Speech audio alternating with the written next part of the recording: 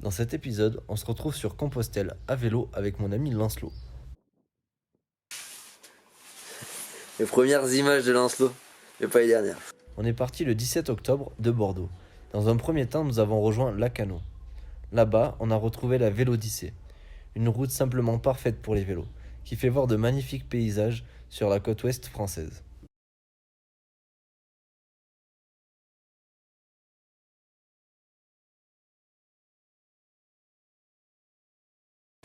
Ce mot signifie vivre ta vie sans aucun souci.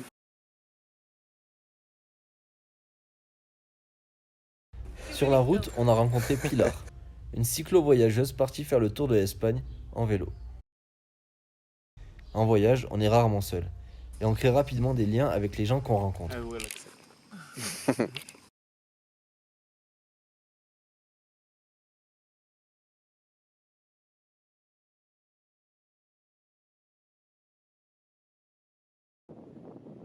À Cap-Breton, l'océan était déchaîné, et il y avait un niveau incroyable à l'eau. Ça envoyait des airs dans tous les sens. Arrivé à Bayonne, nous avons cherché un atelier à vélo, pour pouvoir changer les vitesses de Lancelot afin d'attaquer les Pyrénées dans de bonnes conditions.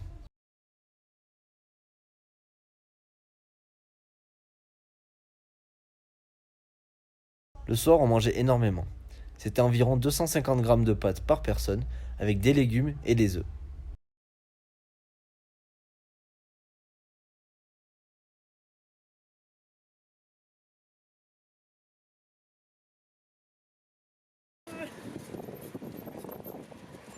Pour les derniers kilomètres en France, on a rencontré Daniel, un cycliste avec qui on a sympathisé et qui est venu rouler avec nous. Il nous a ouvert la route.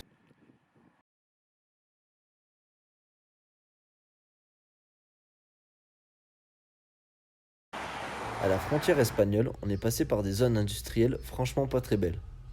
Mais après, on est arrivé à San Sebastián, qui est une ville beaucoup plus jolie, où on a pu passer une journée de repos là-bas et manger pas mal de glace.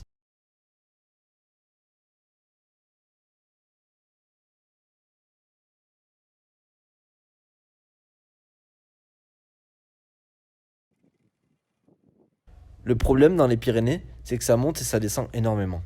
Du coup, on fait moins de kilomètres et on fatigue plus.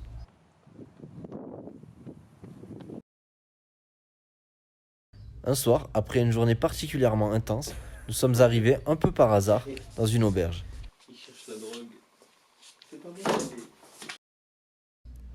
Cette auberge, c'était celle de Abuelo Ernesto, un vieux monsieur qui a parcouru le monde durant toute sa vie avec son Land Rover.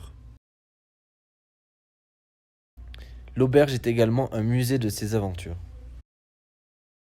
Après cette rencontre, on est reparti avec plein d'énergie et de motivation pour la suite de l'aventure.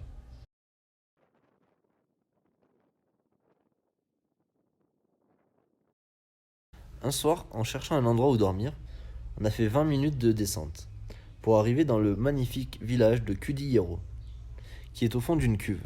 Là-bas, on a trouvé un super spot pour dormir.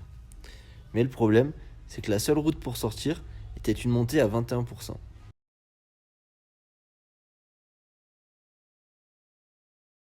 Après un bon petit déjeuner, une préparation mentale et quelques échauffements, nous avons attaqué la journée par cette grosse montée.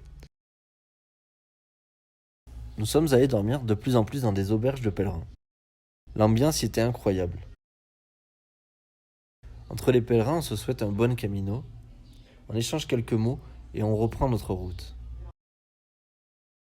Et après une dernière grosse montée, nous sommes arrivés à Compostelle. L'ambiance était incroyable. Nous sommes allés chercher la Compostela, notre diplôme de pèlerin. Alors, tu l'as eu? J'ai obtenu avec brio. Et comme on en voulait toujours plus, on a décidé de rejoindre Lisbonne.